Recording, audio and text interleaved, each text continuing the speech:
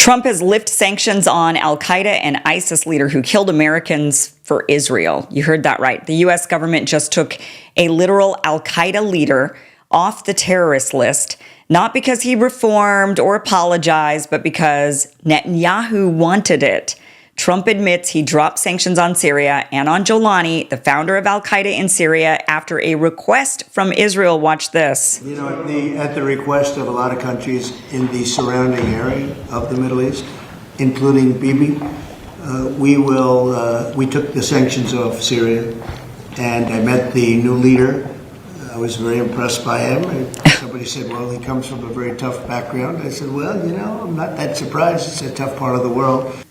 Right. He comes from a really tough background. He was part of Al-Qaeda and ISIS that literally killed Americans during the war. And what's really insane about this is just how Al-Qaeda is the organization that attacked the United States on 9/11. We go to war, we invade Iraq, we go to Afghanistan in order to get these guys, only for them to 20 years later get an entire country, for Israel to cheer it on, and then for Israel, once this organization gets an entire country as the reward for 9/11. I mean, just imagine if somebody had told Al-Qaeda, hey, look, do 9/11, and in 20 years you're going to gain control of an entire country, they would say, sign us up. And it's almost like maybe that is the deal that they were offered. I mean, I don't know what to think about this because it's just so insane. 20 years ago, if any of us would have been told, hey, look, not only are our wars going to be failures, but in the end, Al-Qaeda, which will later become ISIS, they're going to end up gaining control of an entire country. And once they gain control of that entire country, here we are not recognizing the Taliban, but we will recognize them and lift sanctions, all because Israel wants us to. I don't think any of us would have believed this, but here we are, yet here we are. And here is Jolani. He was a member of Al-Qaeda and ISIS, one of the founders of Al-Qaeda in Syria. It went by al-Nusra in Syria, and this is him. And now he's the leader of Syria. And Netanyahu says, give the man a country, drop the sanctions. I like this guy, which a lot of people, talk about feeding into the conspiracy theorists. A lot of people say that Israel was behind or knew about or was somehow connected to 9/11. And a lot of people say that's a conspiracy theory. It was just all Al-Qaeda. Fast forward again, like I said, fast forward about 20 years. And if you would have said to those people that said it was a conspiracy theory, yeah, but they're going to be allowed to have control of a country. And Israel is going to cheer it on, champion it, and help them. That feeds to the conspiracy theories that maybe Israel had something to do with 9/11, or at least knew about 9/11. And then it goes into those other conspiracy theory questions of, well, why doesn't Israel ever get attacked by any of these terrorists like ISIS and Al-Qaeda? Why are they never targeted? Why is it everybody but them? And then this happens. I mean, what are we all supposed to think about this? This is insane. This is insane. Meanwhile, Trita Parsi points out that the United States has dropped sanctions on the guy that is a terrorist, but instead we add sanctions to the UN Special Rapporteur for the Palestinian territories, Francesca Albanese. So this is from Trita Parsi. Says the man below is the founder of Al-Qaeda in Syria. The U.S. just took his organization off its terror list and lifted sanctions on him. The woman below is a UN Rapporteur on Israel and Palestine. The U.S. is about to impose sanctions on her. Let that sink in. And this is championed, of course, by Marco Rubio.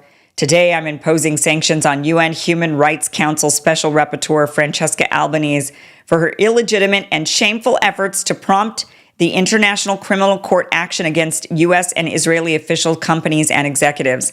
Albanese's campaign of political and economic warfare against the United States and Israel will no longer be tolerated. We will always stand by our partners in their right to self-defense. The United States will continue to take whatever actions we deem necessary to respond to lawfare and protect our sovereignty and that of our allies.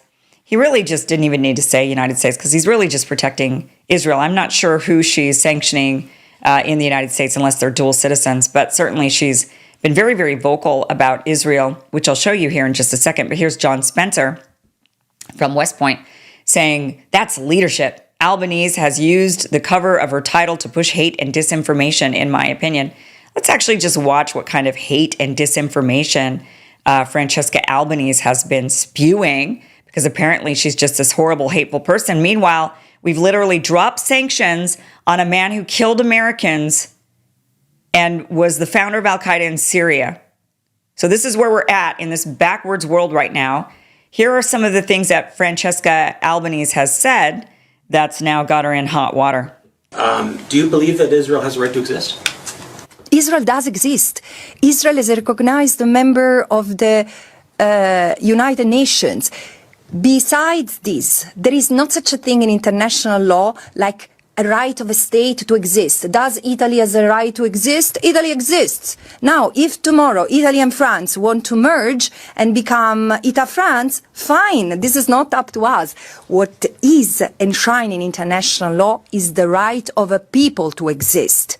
So the state is there, the state of Israel is there, is protected as a member of the United Nations. Does this justify the erasure of another people? Hell no. Not 75 years ago, not 57 years ago, surely not today.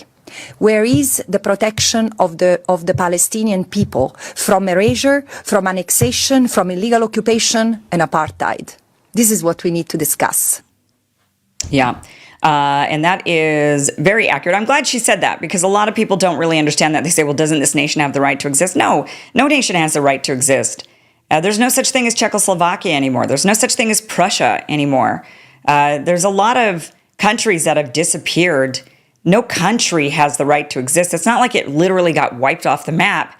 They just renamed it. They redid their borders. They gave it a new government.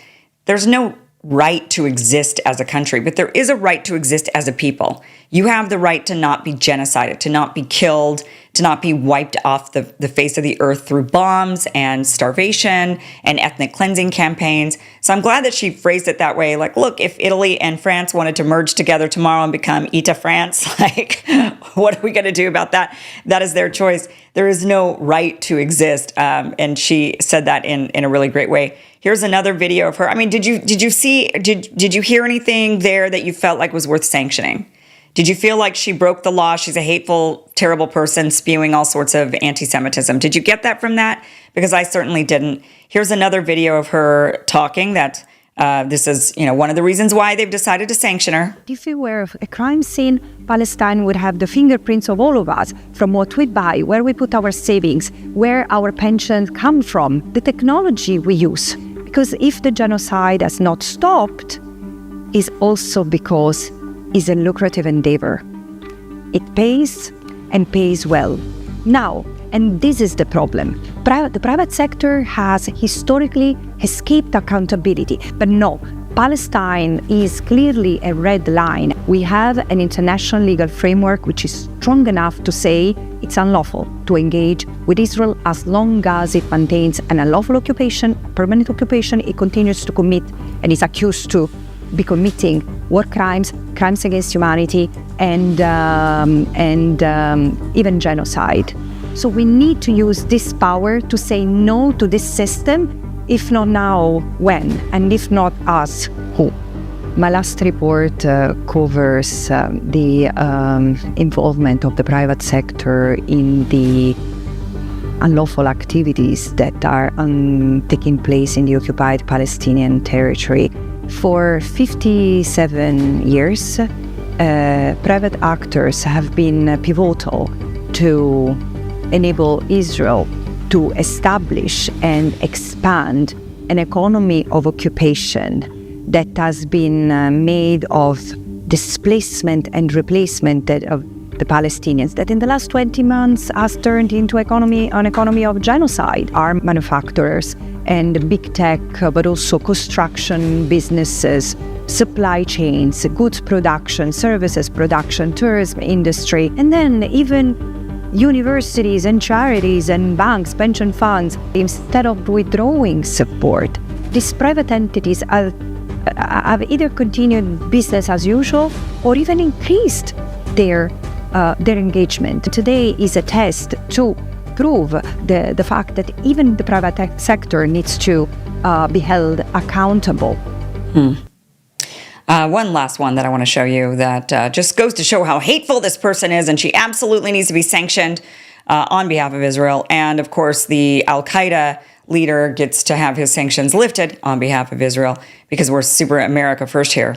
We are not moving in the vacuum. We know what we are doing, and we know why we are doing that. It's justice, dignity, and humanity. No more, no less. Three things that in 2025 shouldn't even be remembered, should be our bread and butter, and it's not there. So I want to just for us to feel, to remember, to remind ourselves what we are doing, being just a legal scholar or a journalist or an activist. And I really commend all those of you who are activists here, because you are the antibodies of healthy societies. So please continue doing what you are doing. But the thing is that there is a strategy. There is a strategy to bring peace between the river and the sea. For all Muslim, Christians, Jews, and atheists, doesn't matter the religion. But there is one way, and it's 3 steps. End the genocide today. We cannot continue by talking and condemning and looking away while brothers and sisters and their children and their mothers and fathers keep on being slaughtered and starved. There is no humanitarianism in this. We should stop calling whatever Israel doing as humanitarian aid. The Gaza Humanitarian Foundation is a criminal enterprise, and it's ludicrous that a state which is accused of committing genocide, war crimes, and crimes against humanity is the one in charge of delivering aid. So it's end of the genocide, and then end of the permanent occupation that Israel has maintained in the occupied Palestinian territory since 1967, and this is what remains of historical Palestine, and then end of the apartheid. This means bringing justice, humanity, and dignity to that land and the people who call it home, and the genocide, and occupation, and apartheid. What a hateful woman, I just tell you. And genocide, and apartheid. What a hateful person for her to be saying all of these things. So, this is where we're at. You kill Americans, and you get a deal. You call out Israel, and you get sanctioned. That's where we're at right now. Who exactly is running U.S. foreign policy? I think a lot of us would like to know, because if this is what America First looks like, then someone better show me the receipt, because I want a refund.